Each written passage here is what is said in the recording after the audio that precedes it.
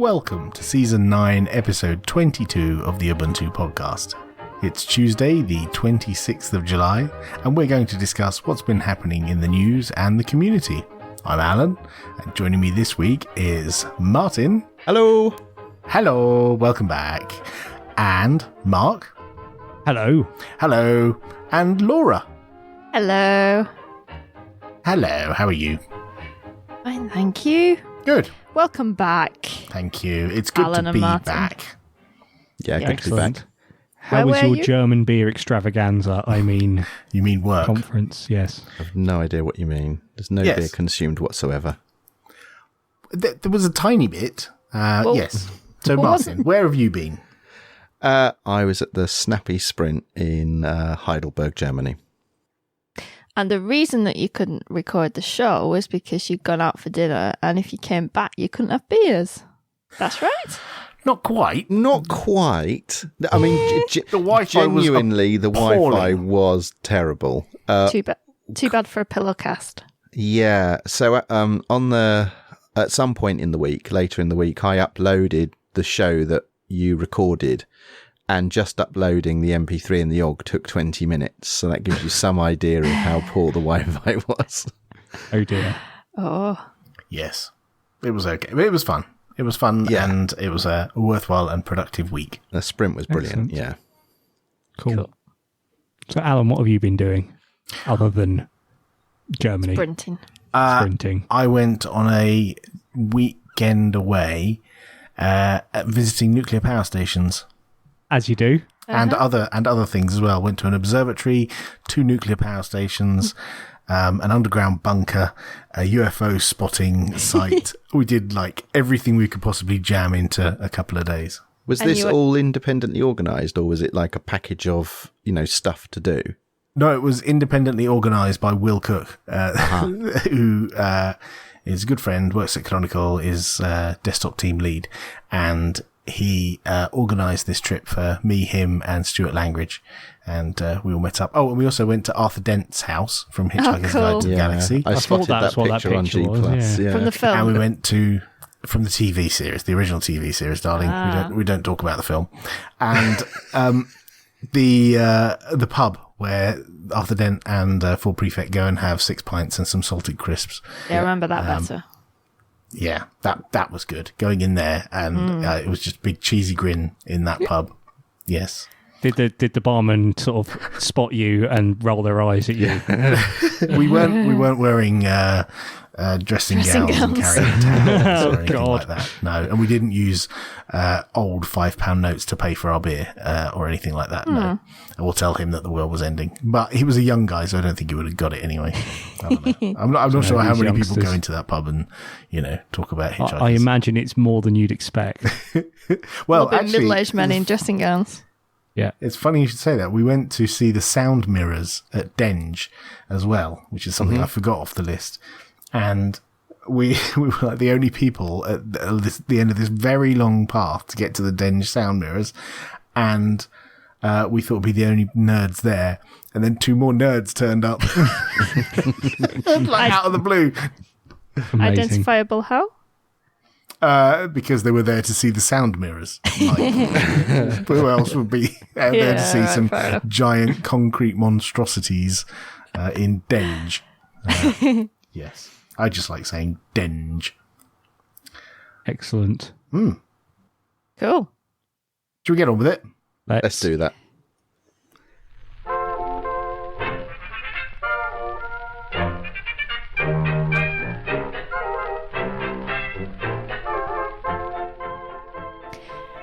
Hello, and it's time for some news. So Microsoft has won a major privacy victory against the US government about data that it holds overseas, such as in Dublin, Ireland. But they've been in a bit of hot water recently over this, haven't they? So the government had a warrant to get them to give them data, but they said they couldn't because it was in Dublin, and the government said, tough, that doesn't count, and now they've won. Yeah. So this has been because originally I think they were taken to court and lost, and they said, no, we're going to keep on fighting this. And then they kept on fighting it and appealed, and the appeal was, well, I'm not sure if the appeal was upheld or the original ruling was overturned. I don't know exactly how the legalese works, but basically now they don't have to give the data of their customers if it's not held within the US, if they've only got a US warrant for it. Yeah. So give it a year from now and it'll be overturned, Yeah. But, Yeah, it's good to know that the US can't just issue a warrant for anything they want anywhere in the world. Is there some officially. method by which they could contact the Irish government and try and subpoena the data that way via some relationship they may have with Ireland and get the data that way? I wonder. I'm just wondering if, like, but then if they did that, then Microsoft might say, well, we're not going to do business in Ireland anymore, and Ireland wouldn't want that. This is true. True. I was just trying to think what the US government wouldn't like drop this now. Surely they're going to look for other ways in which they can get their hands on data for whatever purposes they claim it's for, whether it's for, anti-terrorism or, whatever, that they claim it's for. It just strikes me that they're likely to want to try other means to do it. Yes. Yeah. So this probably isn't the end of that story, I would imagine.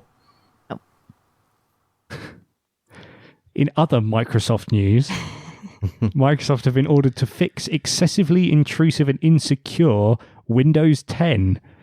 This was by a French regulator who said that Windows 10 collects excessive amounts of personal data and ships it illegally out of the EU and has bad security. So basically what lots of people have been saying all along. So what's it do that it didn't used to do in previous Windows? It basically collects data about everything you do unless you tell it not to. Like what kind of things? Like, I think it's down to the level of like what files you access on your hard disk. It's pretty invasive, and it's sort of juxtaposed by the previous article where they've had a privacy win. Yes. So they don't want to give your data to the government, but they do want to collect it all in the first place. So, it's kind of like the whole data retention thing with ISPs. The government doesn't want it wants your data to be secure, but it doesn't want it to be so secure it doesn't want people to collect it all. So is this under the auspices of making your user experience better? Like, you open in the same way that on an Android device, you open certain features on the device and it knows somehow that you're probably going to be getting on a certain flight on a certain day. And it says, you need to start rushing to the airport because you're going to miss your flight. And that's because it's read data about, emails you've received from travel providers and the fact that you've done Google searches for flight numbers and things like that it correlates those things together and says, look, he's going to get on that flight. Let's give him some help. So those kind of features that some people find most welcome, like normals who aren't particularly fussed about privacy, I'll quite appreciate. Is that how this is sold on the desktop? You're going to, these wonderful features that will come later, maybe. I don't know how it's sold, actually. I've not seen it. I've never used Windows 10. But in any case, from Microsoft's point of view, data about its users is intrinsically valuable. So that whole thing about shipping it illegally out of the EU, isn't that just a no-brainer that they're not meant to ship? That's quite a lot of stuff you're not allowed to ship out the EU. I guess so. I mean, sorry, I've got a dog barking outside. Get you. Yes. Sorry, I've lost my track now. Carry on. When I read this article, I think there's something in there that Microsoft have been given 3 months to comply, and I'm not sure if that's comply as in change the behaviour of Windows 10, or just file a response to this legal action. So, or just not move the data out of the EU, keep it in the EU, and then aggregate, anonymise, send it out the EU. Yeah. I'm sure there are ways they've got of getting this data out in a, aggregate. They do have a nice Dublin data centre, which they're keen on. Yeah, apparently I've heard about this quite recently. In good news, the source code for the Apollo 11 guidance system that took the US to the moon in 1969 has been uploaded to GitHub. Yay. So Awesome. all those people who want to recreate the Apollo 11 system and, probably won't get as far as the moon. No. The code's written in assembler. It was originally digitized in 2009 by typing the code in by hand from hard copies in a museum at MIT.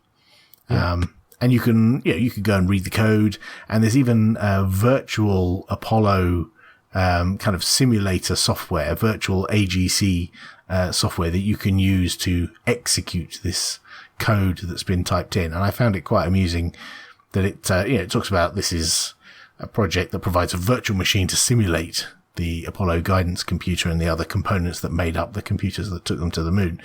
But then after that, it says what this project is not for. Virtual AGC is not a flight simulator, nor a lunar lander simulator, nor even a behavioral simulation of the Apollo lunar man. Yes. So, in other words, if you expect a realistic LM control panel to suddenly appear on your computer screen, you will be disappointed. It's basically a copy of the code that's in that photograph of Margaret Thingy, who was the director of software development for NASA. The big stack of paperwork. Yeah, the big stack as tall as her. Yeah. Yeah. So Margaret Hamilton was only 5'0", though, so it's still a tall still quite a lot. Stack. It's still a lot of paper.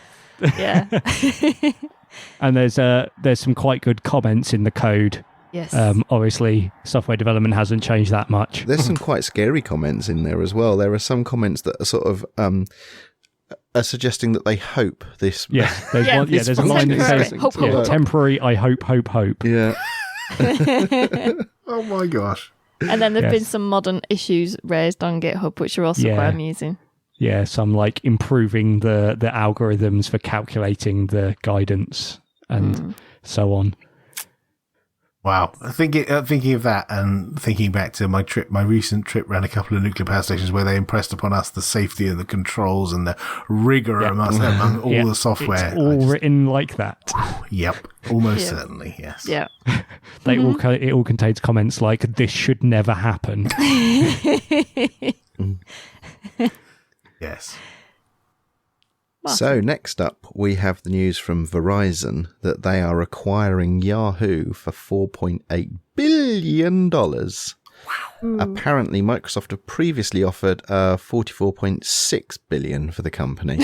So now, but this isn't quite a fair comparison because this is selling, they're going to be buying some of Yahoo's core assets in air quotes, and it isn't quite clear what core assets mean exactly. But there is also, what it absolutely doesn't include is Alibaba and also some other thing I've forgotten. But Flickr? No.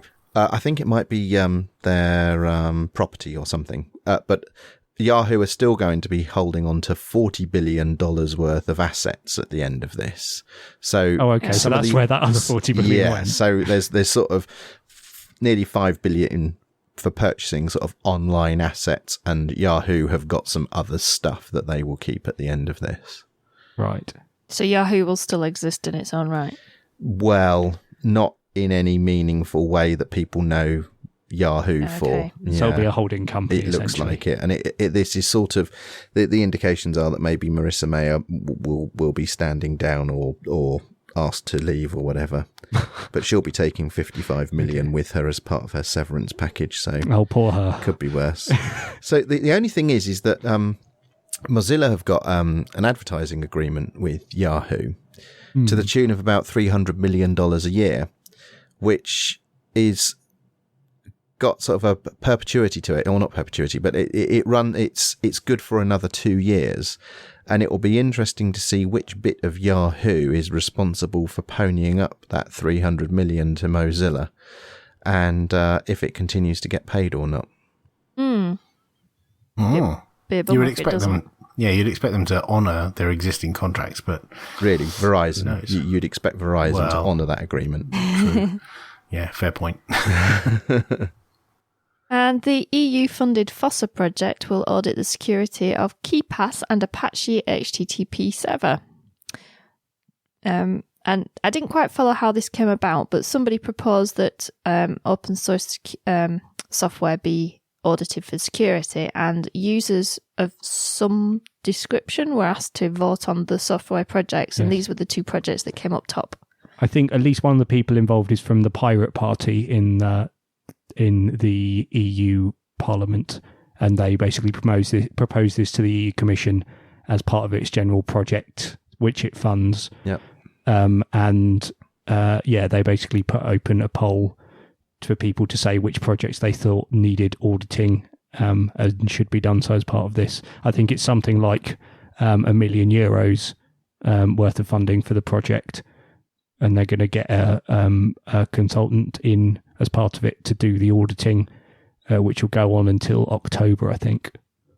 Do you know what the kind of obviously those 2 pieces of software will be audited, but is the idea that they'd then go on and audit other software and have like a full set of software that is audited? Well, there's a comment on the blog post that says that there's sort of a reasonable chance that they'll get further funding to continue the project on for another couple of years. Right. It's interesting the when you look at the results of the vote for what was selected to be analysed. KeyPass was fairly significant, 23% of the vote, and Apache also fairly significant, 18% of the vote. But then there are other interesting ones like VLC. And Linux. It says Linux selected system library. I guess that means not the entire Linux kernel, but some bits of it. But then other things like MySQL, 7-zip, which is a bizarre one. I guess for creating encrypted zip files or whatever. Git, libc, Bouncy Castle. What on earth is Bouncy Castle? Sounds fun. Tomcat, SSL, and a few others, but most of those were like in the single digit percentages. So it was pretty significant. I don't know how KeyPass.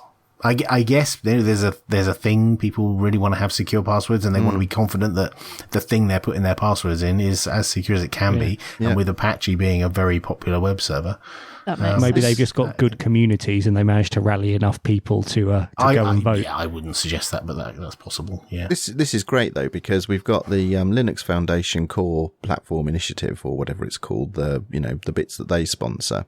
We've had a couple of times in the news recently talking about Mozilla's initiative, where they're sponsoring projects to invest and improve their security, and now we've got this as well. So more of this is terrific. It's great for open source and great for, the security and user privacy. Moving on, Mark, what's next? Finally, the Japanese technology company SoftBank has made an offer to buy UK-based ARM.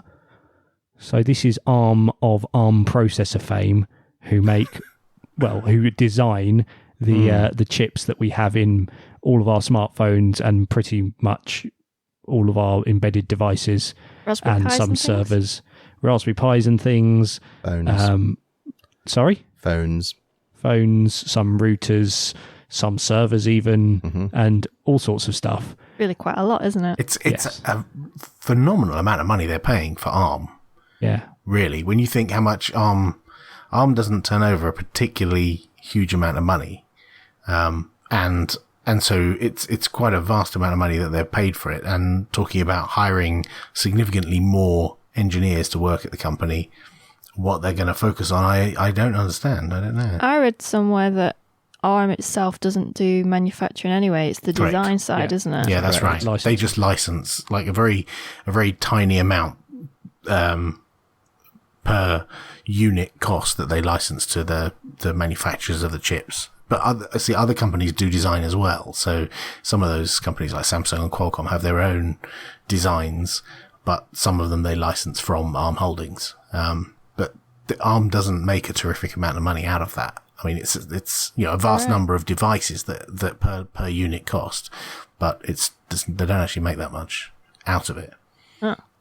So yeah, maybe this will make them grow and become bigger, better. I guess it's already a very recognised sort of a name in the technology world. So I guess that's a good thing for them to be getting out of it. we'll see how it goes. Yep, I think that's all the news we've got time for.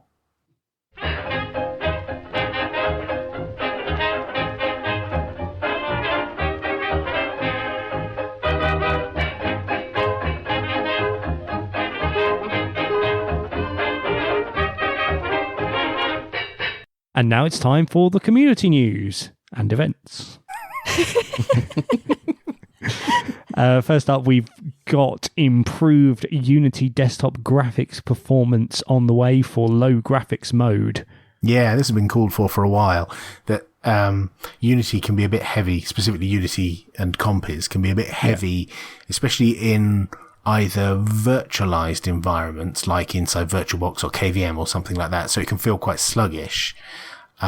Or when you're doing remote desktop sessions like VNC or that other one that Martin mentions a lot. X2Go. That's the one.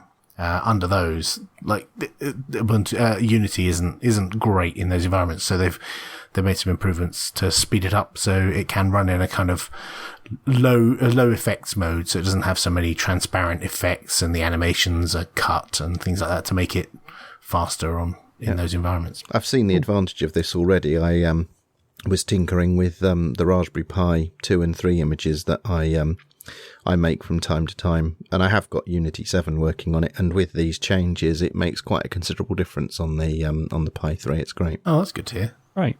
That's exactly what it was designed to exactly. do. It does exactly what it's designed to do, yeah. Brilliant. What's next? The Ubuntu forums have been hacked. Oh, noes. Oh, what happened? 2 million usernames have been stolen. Yeah. But not passwords. There was I think, as I understand it, that someone approached someone in the forums admins and said they've got access to some of the data, and that set off alarm bells, of course, and so the forums were shut down and the servers were scrubbed and reinstated and security audit done, and the holes that were found were closed, or hole that was found was closed. And it's all back online. It's unfortunate. It's sad to see that, a non-updated piece of software results in people getting access to a whole load of data. Did passwords go? Next up, there has been progress in the Ubuntu for Phones port to the Fairphone 2. So the Fairphone is like designed to be a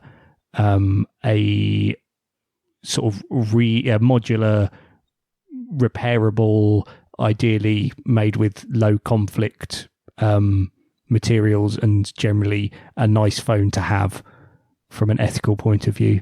And Ubuntu is supposed to be a nice operating system to have from an ethical point of view. So ideally a marriage made in heaven, right? Absolutely. Yeah, it's a community maintained port. Fairphone provided a couple of devices for community people to work on. So that's cool. Excellent. Unity Desktop now runs on Windows 10. No way. Which sounds weird. Yeah. This is clever. The bash on Windows thing that we talked about a little while ago, where you can run, a shell on Windows 10. Oh, yes. If you press a certain set of buttons and dials and flick switches and stuff on Windows 10, you can make it install crazy crack on your system. And so someone's managed to get Unity running inside that, so you can have Unity on your Windows 10 system if you were that weirdly inclined. So I think this works by you have a separate, an X server for Windows installed separately, and then you tell Unity to use that as its X display, and then you launch it and it appears. I wonder what the performance is like. I've not tried it myself. I don't know. I've had the opportunity to try bash on Windows yet. No, me neither. I would imagine those low graphics mode things we mentioned earlier would benefit this as well significantly, I should think. Yeah. Next up, Mozilla Thunderbird 45 finally lands in the main Ubuntu Linux repositories. Oh, I And fist punched when I air punched when I saw this. This is such good news. This is so great. Oh yeah, I use Thunderbird all day long at work, and I did the updates, and so much better. So much better. What's great about Thunderbird 45? Well, the main thing that I was interested in is it's quicker. That's really, really? Moving between large folders is much faster than it used to be. That's the number one thing I've noticed. And the icons have changed, which I'm not particularly a fan of. They're all monochrome, sort of Mac OS 10-ish sort of icons now. But so that I don't really care for. But the main thing is it runs faster. Sweet. Good to hear. In other new software, that's actually old software, Skype have announced a brand new Linux client now in alpha, based on Electron. It's got instant messaging, one-to-one voice calls, and group voice calls. 64-bit only, no video calls yet, and no desktop sharing yet. And they plan to do a new release every 2 weeks. Which they have, because since this was first announced, we've already had our first 2-week update. Oh, really? Yeah. Yeah, so this will be interesting. So probably by the time you're listening to this, there may even be another one, or maybe in a week or something. So this is completely different to the original Skype. Nothing like the original peer-to-peer Skype that was made by... Was it Skype? No, the people from Skype were from somewhere else. Okay. They were from Skype, weren't they, originally? No. The Skype people... Someone is shouting at their podcatcher right now that I am a clueless idiot for not knowing where they came from. They came from some peer-to-peer file-sharing platform, and then they made Skype. Yeah, I can't remember who they are. And then Microsoft bought them, and then Microsoft threw away the peer-to-peer Skype, and now they've made their own Skype, which is completely different. Oh, Kazaa. Kazaa, that's the one. Was the Oh, one. really? I didn't realise that it was the people behind that. Yes. So, all of you freedom-loving open source users will be pleased to hear there is an alternative to Skype that you could use if you're not interested in this proprietary nonsense. There's a piece of software called Ring, which is free software for universal communication, which respects your freedoms and privacies. And you can find out more about that project from ring.cx. I had a quick play. Yeah, it's quite nice. It needs a snap. That's my first thought. Is it easier than Mumble? Different to Mumble. It's more like traditional Skype. You have a list of contacts and stuff. Yeah. Right, you don't have to be running a server to talk to someone else. No. No, it looks pretty good. I have it installed. I installed it when I first heard about it, and then never used it. It's like, I guess it's the network effect. I don't know anyone else who has it. But now it's getting a bit more popular. Maybe, we should give it a test. We should give it a test, see if it solves a problem for us, or not solves a problem, absolutely. But it improves. Yes. A Chinese consortium has bought Opera browser for $600 million some dollars. Yes. Who is this Chinese consortium, and why are they buying a browser that nobody uses? Because it's based on the same technology that Chrome uses, which means they can have a browser that's modern and works, and they don't have to feed the Google juice. And also, it's used a lot on mobile devices and things like that. This is also true. Because they have Opera Mini, and they have things where it goes through like a proxy server, which compresses everything and strips out stuff that'll eat your data. And strips out stuff about Tiananmen Square. And I was going to say feeds the Chinese government juice, Right.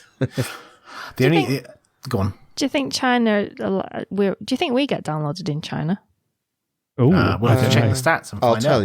I'll tell you. Yeah, okay. I'll look into that. The only time that I've ever used Opera was on a Palm mobile device, and it didn't work then. I think actually the browser on the Wii was Opera. That's Opera. Well. Yeah, so it's things like that where they get. I think where they get a lot of their revenue from is doing deals with people making devices that want an embedded browser, and then they'll make a browser for them.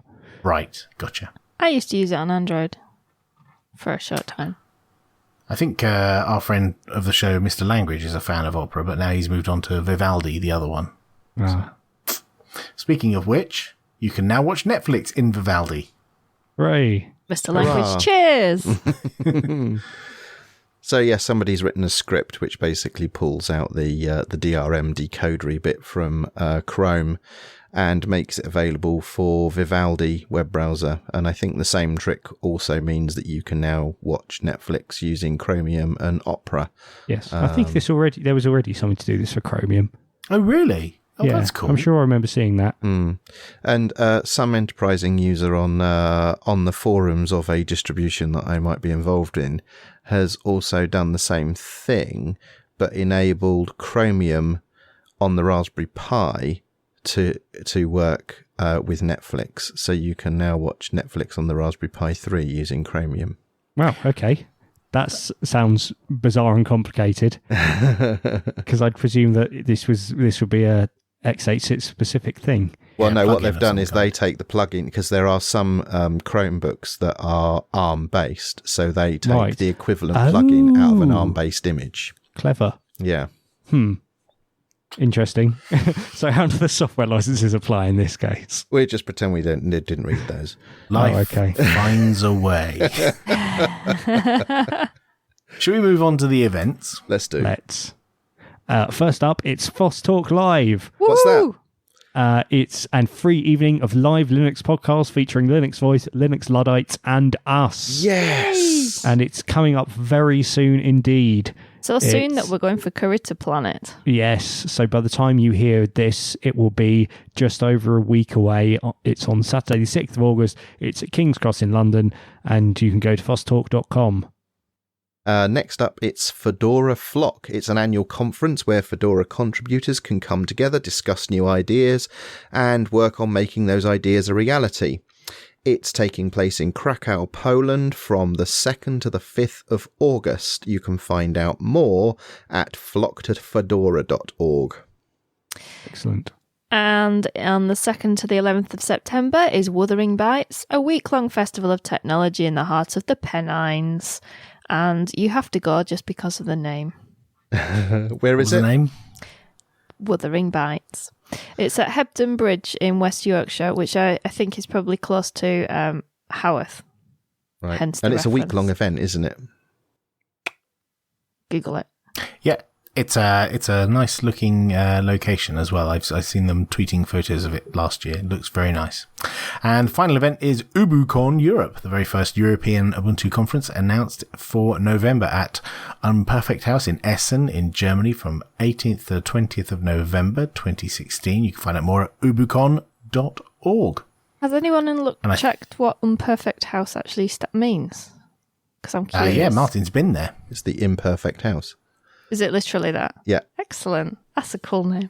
It's a cool place as well. You should look it up on the interwebs. It's really amazing. And that's all the community news and events for this week. We love getting your feedback, so please send it to us. Even the pointlessly mean stuff makes us laugh.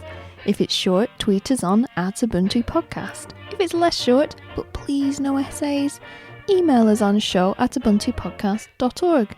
If you'd like to discuss some of the things we talk about with other listeners, post on our Shiny News subreddit at reddit.com/r/Ubuntu Podcast. Or you can just leave a comment on the relevant show notes on our website, ubuntupodcast.org. That's all for episode 22. We'll be back next week when we'll be discussing more news and more community news and events. If you have any events, let us know and we'll read them out on the show. And if you do send us feedback, you know how I say, please no essays. Please no essays. And don't just write an essay. Don't just write an essay and then say, oops, was this an essay? We do read them though, to be fair. But it also takes us forever to edit them. Bye-bye. Bye. Bye.